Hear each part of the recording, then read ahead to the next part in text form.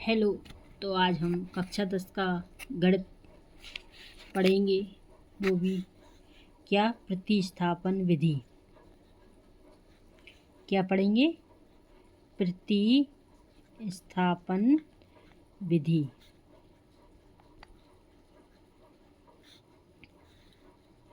तो आज हम लोग कक्षा 10 का गणित प्रतिस्थापन विधि करेंगे। विलोपन विधि पहले बता दिए, अब हम प्रतिस्थापन विधि करेंगे जो कक्षा 10 के लिए महत्वपूर्ण है।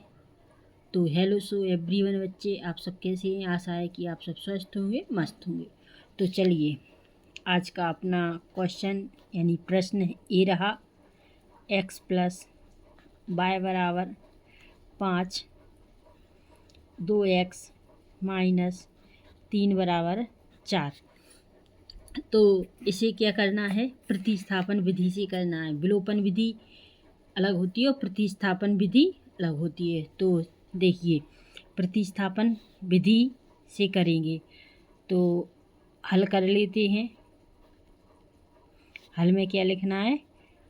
प्रतिस्थापन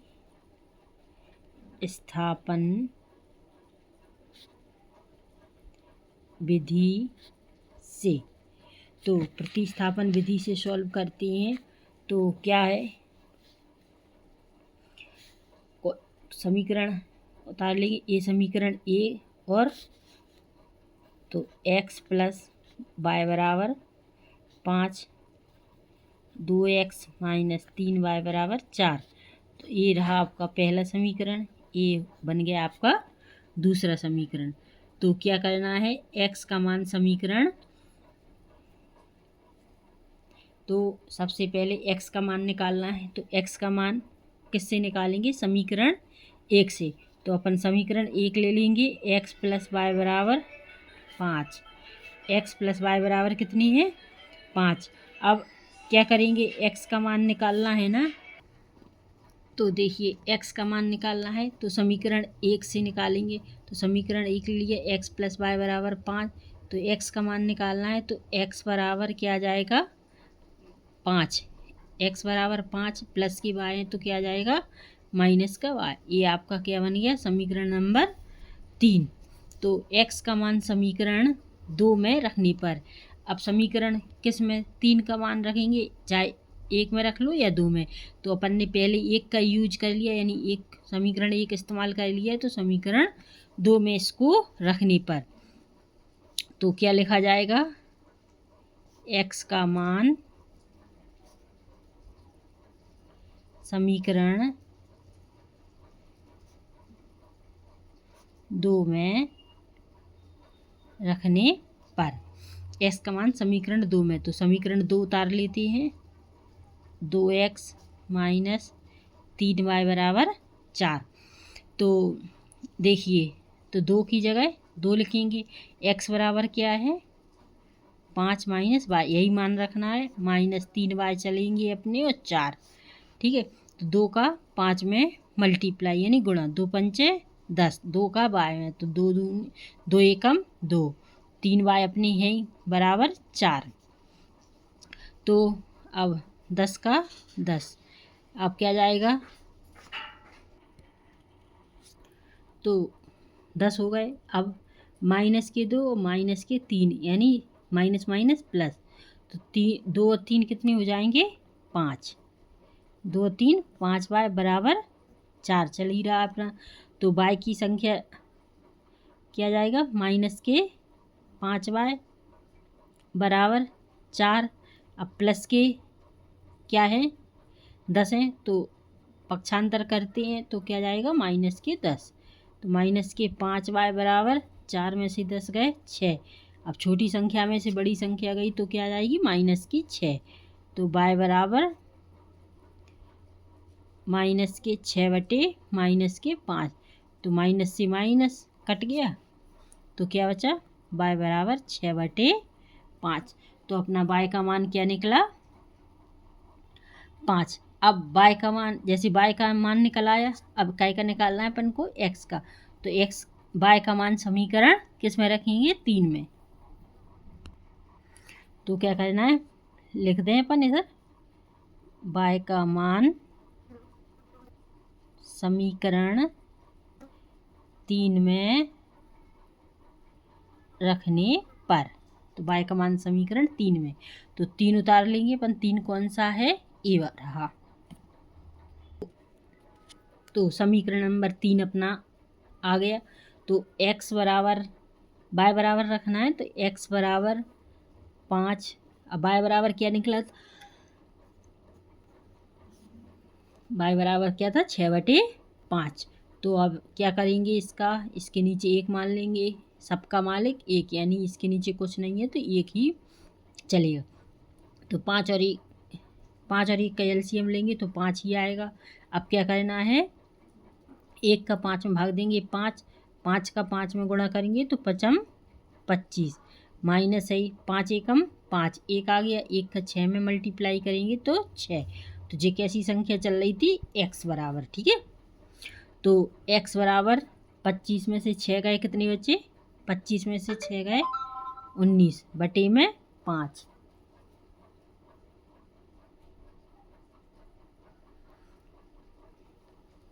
बटे में कितने हो गए? 5।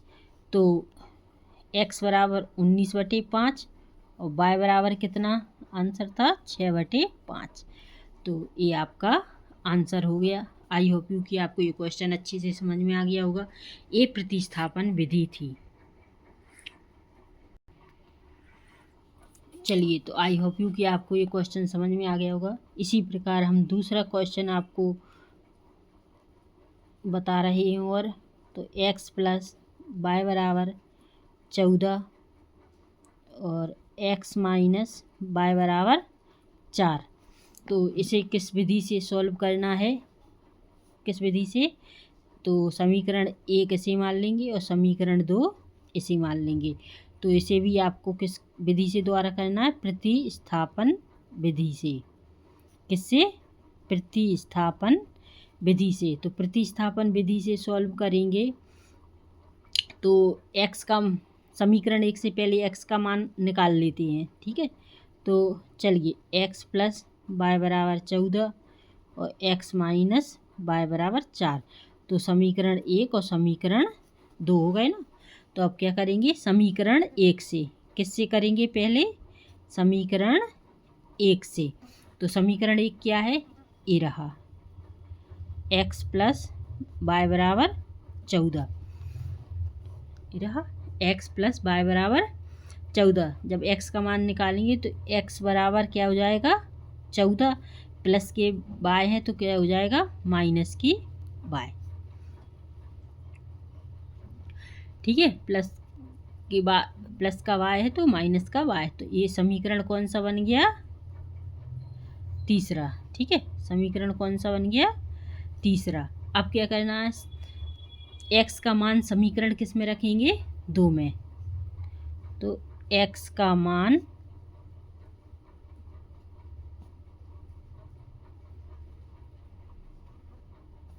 समीकरण 2 में रखने पर। तो x का मान समीकरण 2 में रखेंगे। अब आप समीकरण 2 को उतारिए। x माइनस y बराबर 4। देखिए यही है ना, x माइनस y बराबर 4। तो अपने x का मान रखना है ना। तो x बराबर क्या है? 14 माइनस y।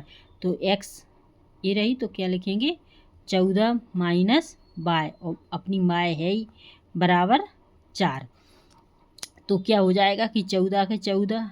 अब y माइनस की और y माइनस, यानी 1 y और 1 y कितनी हो गए? 2 y। 2 y बराबर 4।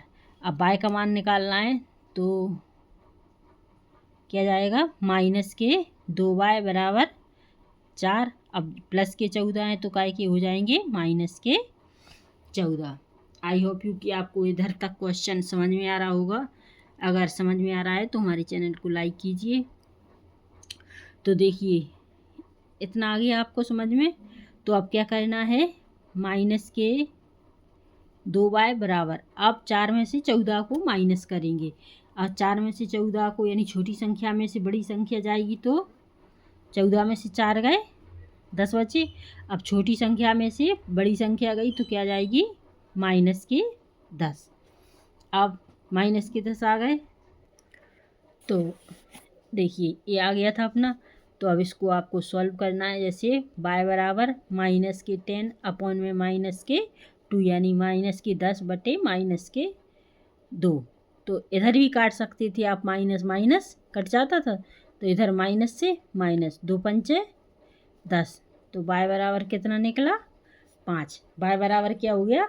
5। अब y का मान समीकरण किस में रखना है? अपन 1 और 2 यूज कर चुके हैं। तो अब क्या जाएगा? समीकरण नंबर 3। समीकरण 1 और 2 अपन ने इस्तेमाल कर लिए। अब समीकरण नंबर 3। तो y का मान समीकरण 3 में रखने पर क्या जाएगा? y का मान समीकरण 3 में रखने पर। अब आपका समीकरण नंबर 3 क्या बना था? x बराबर 14 माइनस y।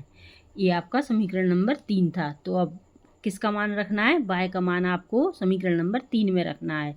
तो x बराबर है ही 14 है ही अपने, y बराबर कितने आए थे? 5। y का मान क्या निकला था? 5। तो x बराबर 14 में से 5 गए, कितनी बचे? 14 में से 5 गए, कितनी बचे? 9 बची। ठीक है, 14 में से 5 गए, 9 बचे। तो x बराबर 9 और y बराबर कितने निकले अपने? 5। तो ये आपका आंसर है। तो आई होप यू कि आपको दोनों क्वेश्चन अच्छे से प्रतिस्थापन विधि द्वारा किए गए हैं, तो अच्छी समझ में आ गए होंगे। आई होप यू कि आपको ये दोनों क्वेश्चन बहुत अच्छी तरीके से समझ में आ गए होंगे। तो क्वेश्चन नंबर 3 क्या है? 3x + 4y बराबर 10, 3x + 4y बराबर 10 और 2x + 2y बराबर 2। एक क्वेश्चन नंबर 3 है, इसको भी प्रतिस्थापन विधि से करना है। तो ये सवाल प्रतिस्थापन विधि द्वारा करना है। तो आज का ये होमवर्क है आप लोगों का। तो आप लोगों को इसको सॉल्व करके कमेंट में आंसर देना है। ठीक है, तो इसका आपको हल करके